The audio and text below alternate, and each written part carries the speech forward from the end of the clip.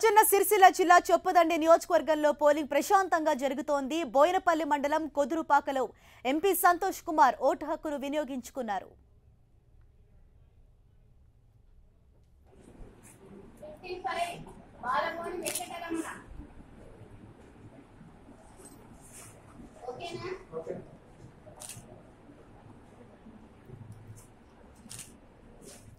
రాజన్న సిరిసిల్ల జిల్లా చొప్పదండి నియోజకవర్గంలో పోలింగ్ ప్రశాంతంగా జరుగుతోంది.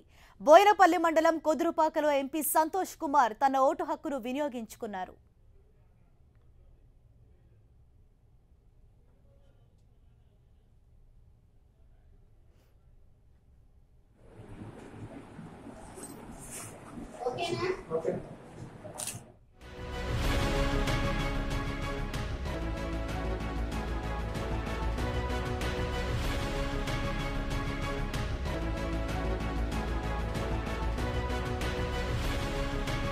మనం చూస్తున్నాం టీవీ స్క్రీన్ మీద జూబ్లీ హిల్స్ నందినగర్ లో వర్కింగ్ ప్రెసిడెంట్ కేటీఆర్ సతీమణి శైలమితో కలిసి వచ్చి తమ ఓటు హక్కును వినియోగించుకొని వాళ్ళు రిటర్న్ అయిన పరిస్థితి. అదేవిధంగా చింతమడకలో కూడా ముఖ్యమంత్రి కేసీఆర్ సతీ సమేతంగా వచ్చి నేరుగా పోలింగ్ కేంద్రానికి వెళ్లి తన ఓటు హక్కును వినియోగించుకున్నారు.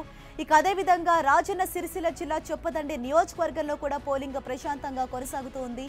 బోయినపల్లి మండలం కొదురుపాకలో ఎంపీ సంతోష్ కుమార్ కూడా తన ఓటు హక్కును వినియోగించుకున్నారు.